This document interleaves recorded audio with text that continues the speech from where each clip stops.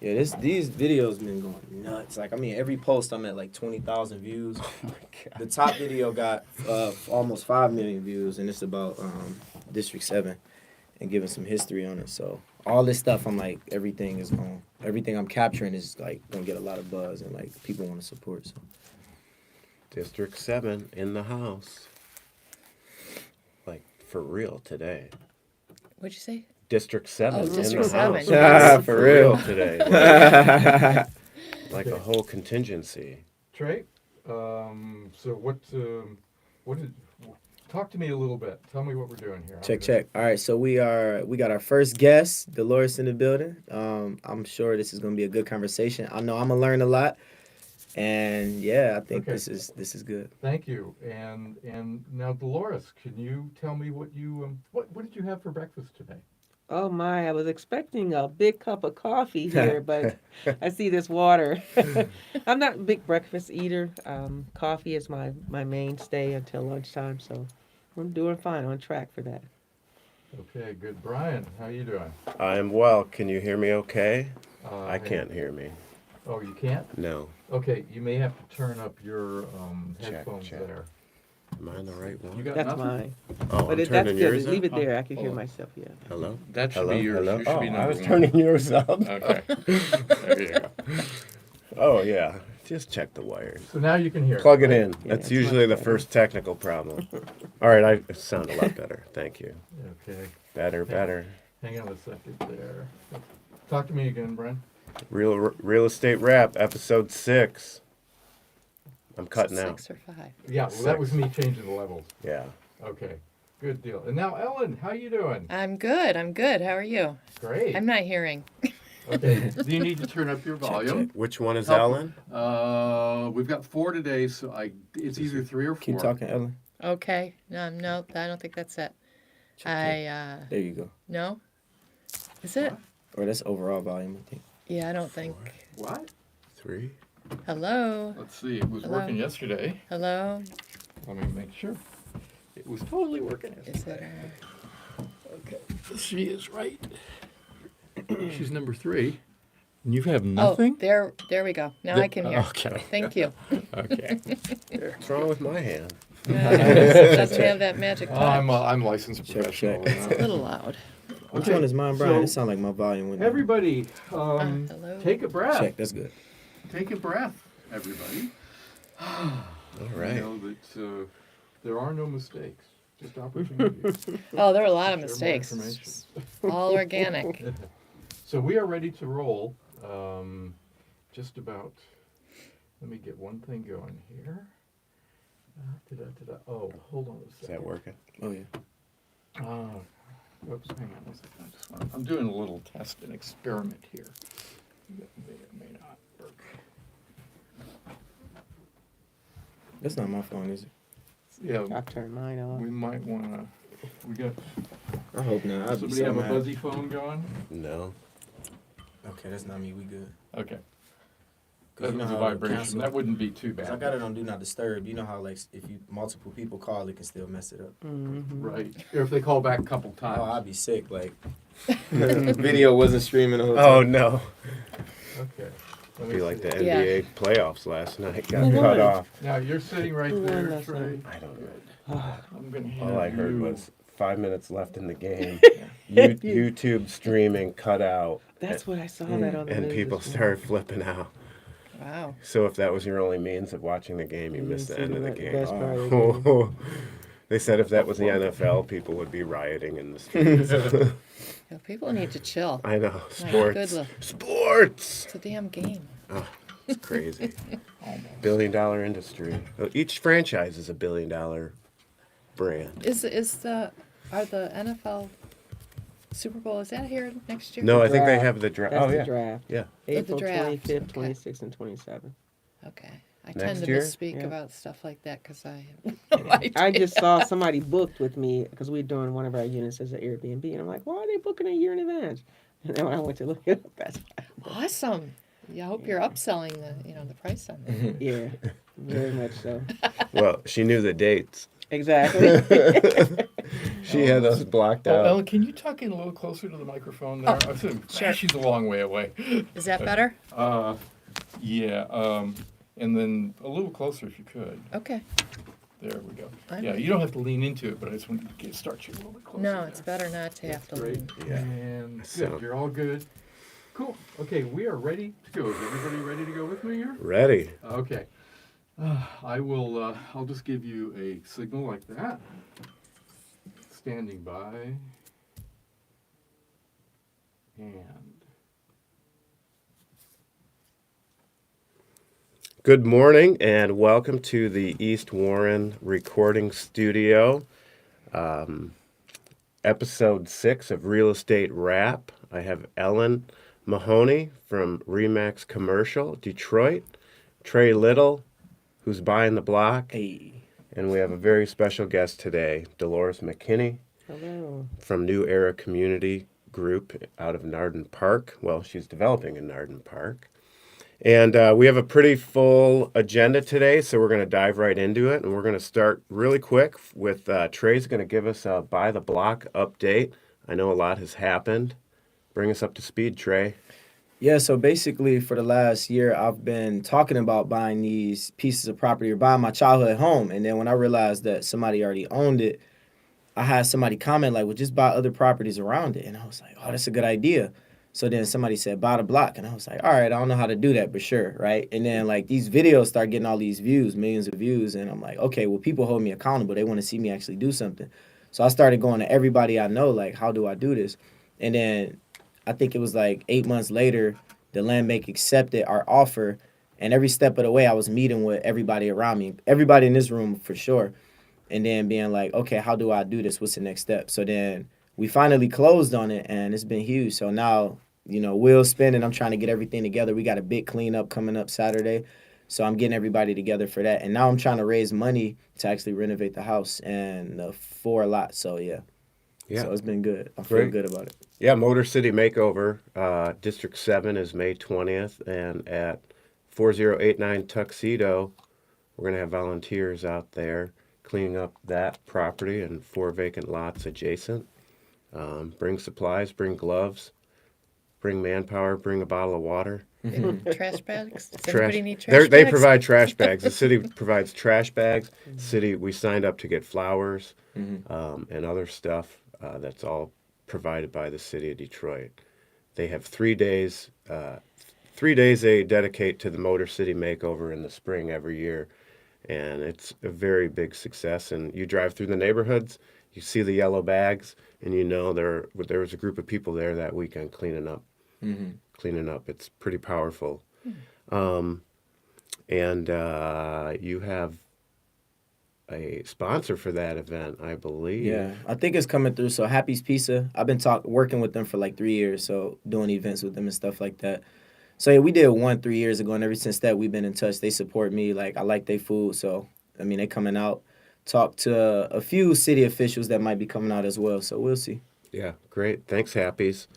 And so let's move on to our special guest, who is a very busy woman in Detroit, known currently for her Narden Park project. Dolores McKinney, from Saginaw originally, has a very unique background, very entrepreneurial. She was at one point a chemist. And bringing her knowledge to the big city of Detroit. I loved how you said that growing up in Saginaw, Detroit was like going to New York City. It was definitely. Yeah. I remember being a kid and going to Detroit too, and it felt like such a big, vibrant city. So tell us about your plans to restore the neighborhood in Narden Park and what you're working on. Okay, well, our goal was to bring affordable housing. When we first envisioned this, my sister is the director of the community development side, and we work hand in hand. And I came back home, we all do, to care for our parents when you have family here and things, and that's what brought me back initially in 2012 and 13. But in 18, my father brought me back to Detroit. And this is where I really started. My first HUD home was at 7 Mile and Pearson. I don't know how I found it without the internet. I don't know how I found Section 8. What year was that? '84. Oh, wow. Jeez. And yeah, amazing. did that home, partnered with a gentleman that I'd worked a co-op with at DuPont, and we rented it out. And then I came back in '91, found another HUD apart. It was a condo right at 6 Mile in Bentler, right where the Myers is now today. There was no Myers there then. And I purchased that HUD home and repaired it and lived there for about 5 years. And so Detroit has always been a place, probably the only place I've ever thought of doing development. Because you have to have the heart for me, the heart for the community and the people in that area. It's just not we're coming in there to make money. And I rode up on Northern Park. I ride areas all the time. And it's amazing. I met with a guy, he's a billionaire, and he came in town. He says he does the same thing. And Drive the neighborhood. Just drive neighborhood to see the feel, what you see night and day. And so I don't know what brought me. I'd never been to Northern Park, but I was at Henry Ford, and I just drove those neighborhoods constantly. Oh, that makes sense. And Northern Park was the community that reminded me of some areas of Washington, D.C. that I saw crime-ridden 25 years ago, very dilapidated, nobody cared about. And today, they're some of the most aspiring areas in D.C. Thriving. I just got Thriving, goosebumps. it's Yeah, amazing. yeah, I And know. so I do have vision, and I see things that don't have to be on paper, but when you see a place like Washington, D.C., or Baltimore come back from that, it really gives you a lot more Oh, yeah. belief. Yeah. And so, we came to Northern Park. We had a vision for Northern Park, but our vision isn't what's important. It's what the people in that community have a vision for. So we met with block clubs, and they said what they wanted their home values to rise. That was surprising Oh, yeah. to us. They wanted young people. They want home ownership. And those were the same things that we wanted. Because when I first envisioned this, my niece and nephew graduated from Howard one, and the one that has just passed. And then my nephew was at Michigan State, but they couldn't afford to buy anything downtown. Mm-hmm. So I said, we're going to create a community where young Mhm. people can afford to buy, that's nice, that's contemporary, that's all those things. And that's how we got started on it. Contemporary, high tech. Can I just interject for a second, Dolores? Because you do not do affordable housing with any subsidies. Is that right? Well, At now.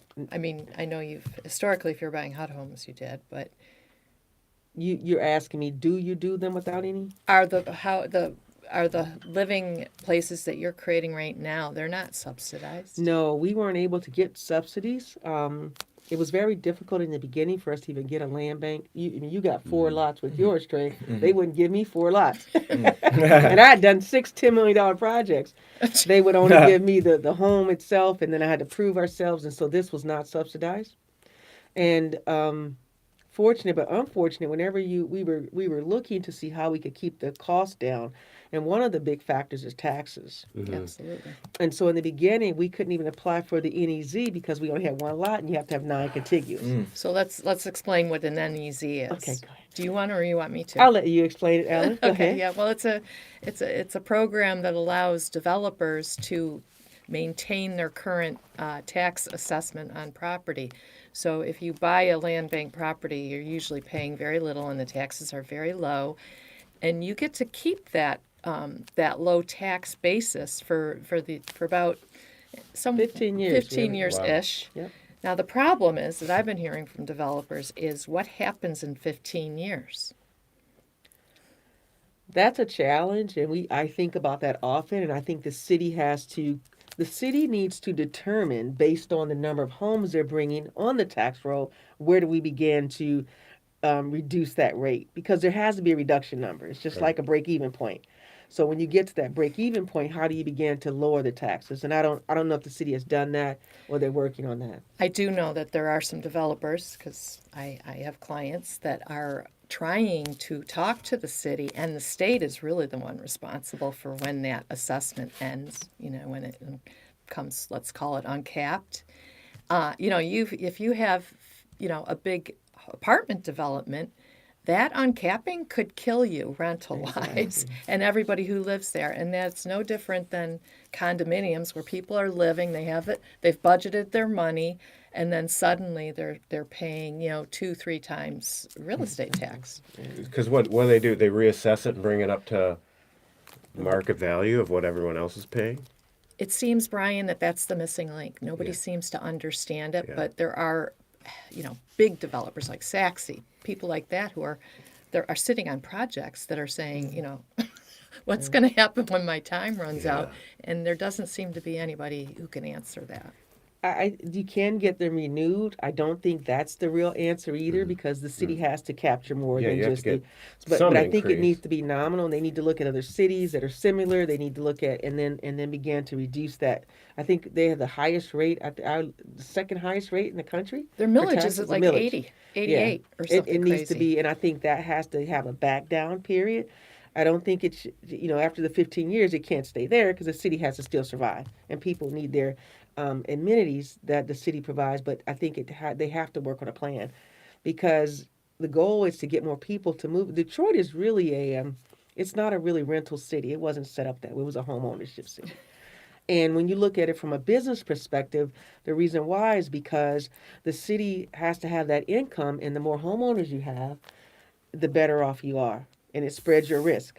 With apartment complex, if one guy goes under, and you were dependent on his property taxes, so if you spread that, so I think encouraging more home ownership, which they're doing through the land bank, and allowing the initial tax breaks are very good, but there has to be a long-term plan to kind of wean off of that and keep it. Not, I mean, Detroit shouldn't have the highest taxes in the country. Yeah.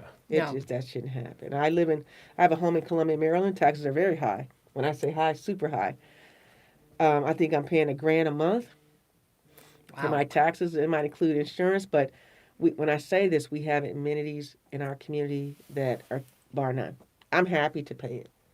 Yeah, our streets are paved there's no, I mean, we have the things that, so it's when you know that you're getting something worthy, you're willing to pay a little more. Totally. Like new Absolutely. sidewalks, There you go. lights, Schools, Light, which we sidewalks, talked security, about earlier. safety, all those things. streetscapes. School systems, all that.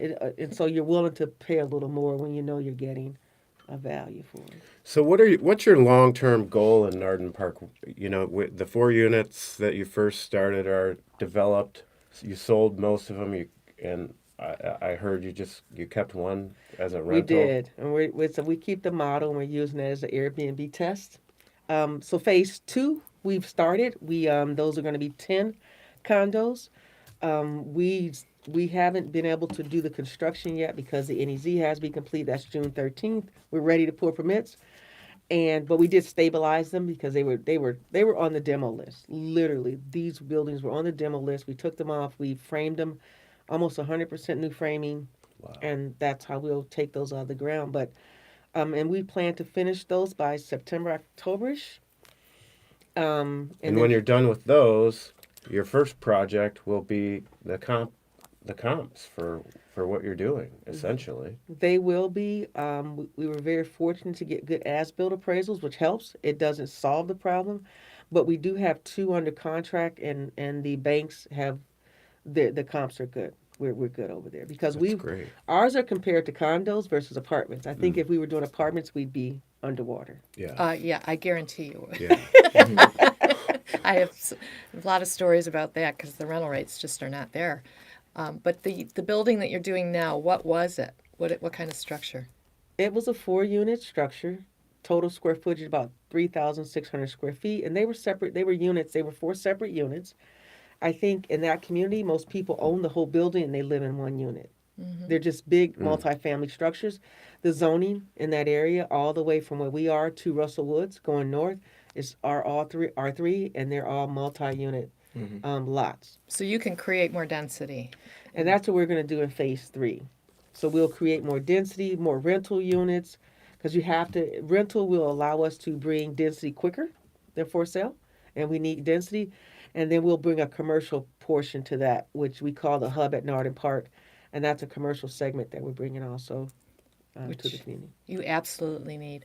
Yeah. And for our listeners' sake, can you give us an idea of how much a property that you get from the land bank costs? The first property I think we paid, and we know we overpaid. It was like $6,500. I hope everybody's listening now. $6,500 Yeah. to get started on Yeah.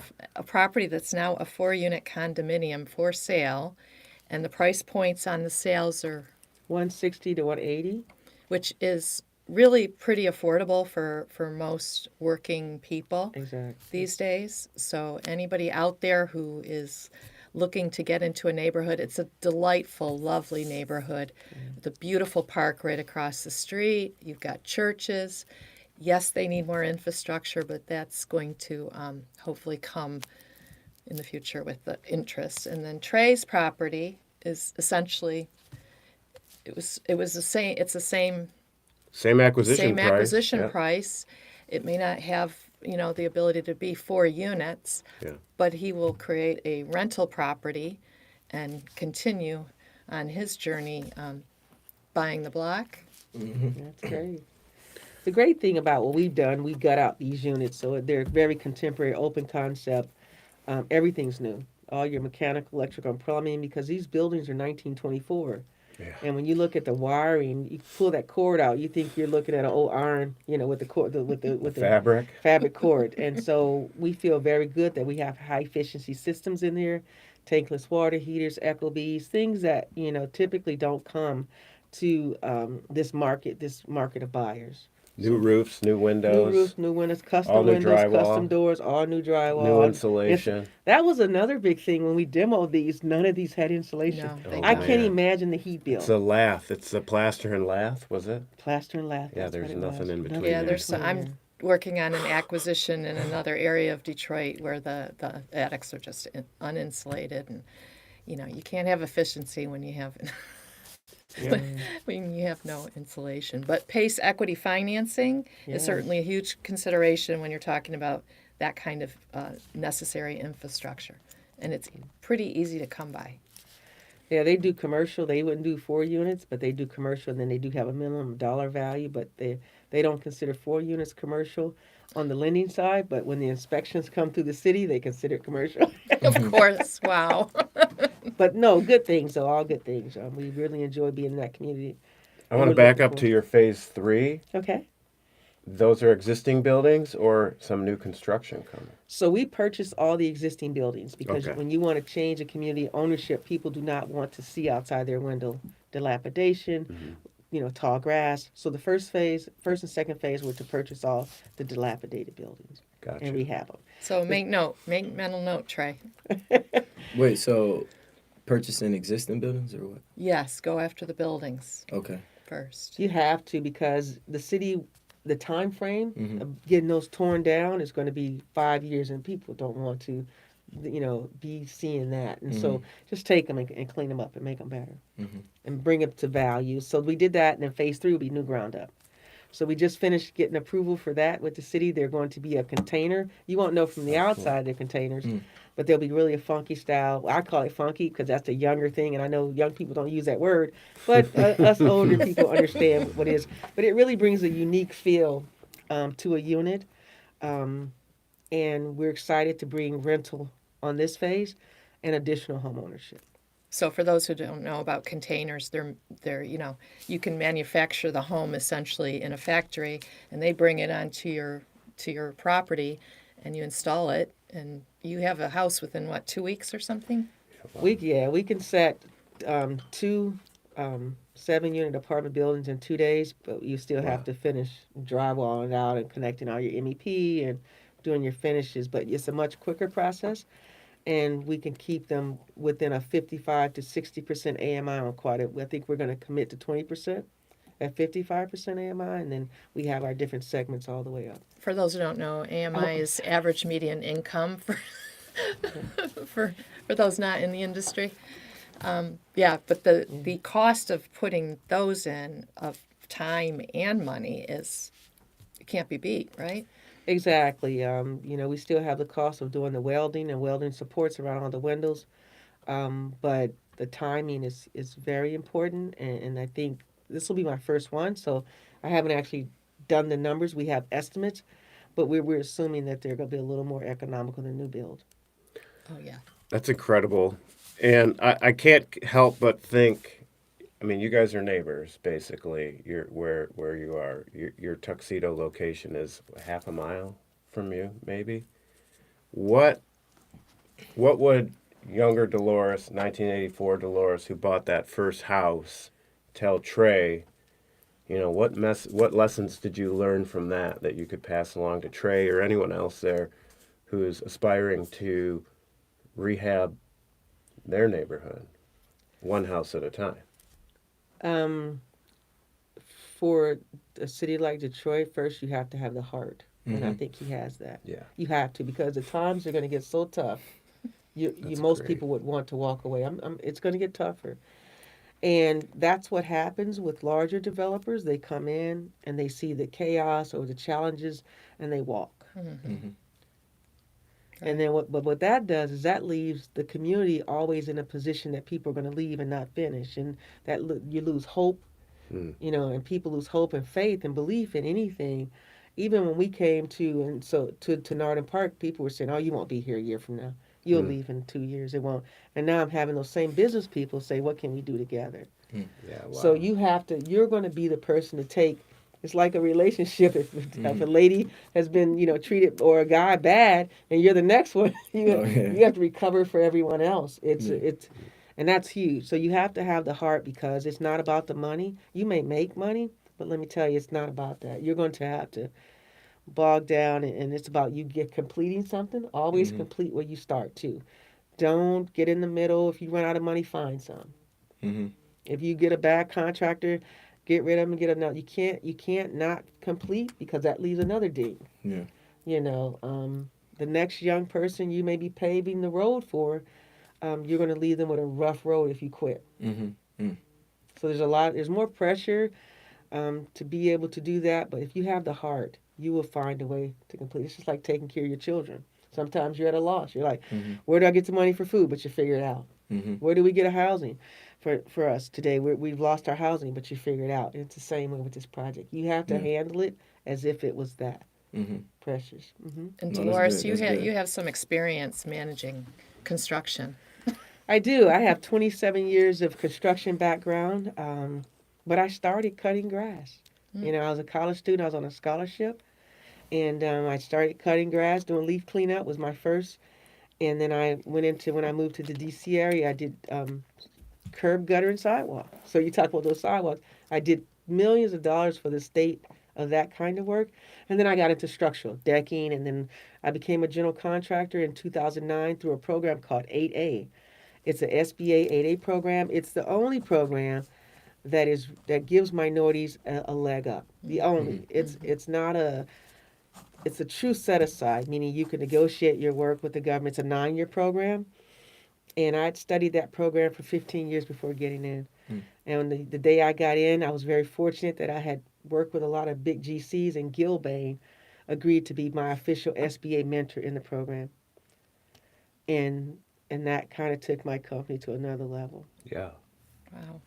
And they're still there for me. Whenever I call them and there's something sizable and there's funding, they're always interested in being my partner. So if I ever do anything outside an art in Detroit that's sizable, those guys have always been with me. They've held my hand. What I am today is credit to a lot of how they've allowed me to attend their negotiating courses, which they didn't let any non-Gilbane employee attend, their management courses, going to presentations with me, helping me prepare presentations, never getting in my way, just being that side, you know, never trying to take over the job, or we're just here to help you. And they stuck to that the whole time. And it's really difficult for big companies to do that, because they often want to just come in and do it. Oh yeah. And Gilbane was not that way. You said you studied them for how long? I studied the program for 15 years. I met a young guy in Saginaw. He was in the aerospace industry, and he was a smart guy. And he says, "I'm in this program, and I studied it. I knew the federal acquisition regulations better than they did. I knew my trade, and you have to, because you only get 9 years in the program. So if you get in the program learning, you're going to waste the first 5 years trying to figure it out." Oh yeah. Yeah. So you studied ahead of time, so you were hit the ground running. Is it, and that program is still effective? It is. It's the I wrote 8A it program, down. the SBA 8A program. And I'm the kind of person I can learn from watching your failures. Most young people today, unfortunately, they want to do it and learn. And I'd say, why are you doing that? You know, but I saw a lot of people get into the 8A program and they would fail and they would get out. They would say, well, I learned more in the program than out. And I realized that you need to know the program before going in. I did so well with it. My first contract was with the Corps of Engineers out of Philly. And it was a $4 million contract. Wow. And most people, it's like 250,000 because they're trying them out. Mm-hmm. But I'd really done a really good job at researching the program and marketing my program. Wow. Marketing me, because that's what they're looking at. They're looking Right. at whether you're capable as a company. But you were doing commercial construction. I was doing commercial construction. Yeah. That's all I did Just- before yeah. now. This is my first getting back since '84. This is my first residential. It's tough, though. Yeah. This is tougher. Residential is hard. This is tougher than my commercial. Well, because they're historic homes, right, that you're working with, It's- potentially? It's tough because with the government, if you do federal, it's all written down in the federal acquisition rate. It's a rule. It's a Oh, system. okay. Here, there's no rules. You have to learn as Make you your go. own rules. Yeah, and you have to learn as you go. And so there's no rule book to say call this department, do this, do that. Yeah. But it's much more rewarding to do the residential work. My neighbors in Northern Park, just great people. They've been there for years and they want to see different.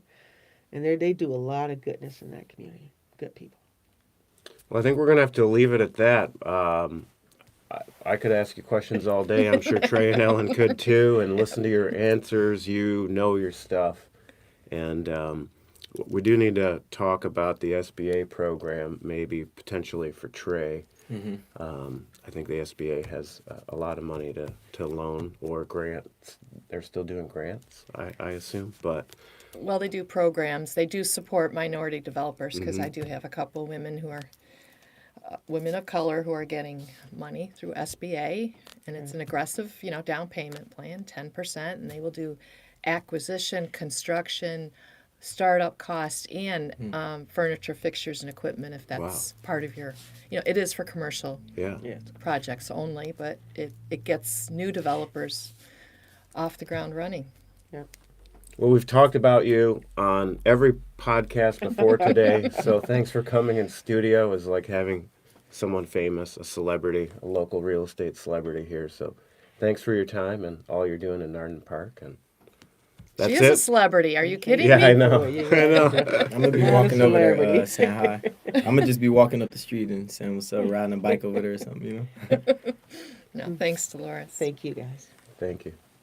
That's it for Real Estate Wrap, episode 6. Thanks, Ellen. Thanks, Trey. We'll see you next time. Yeah. Thanks, Brian. All right, let me clip this off real quick. So, Brian, what made you get into doing this? You're pretty natural at it. That's why I Oh, mentioned it. this? Yeah. Oh, he is. Oh. He's just Yes. These two are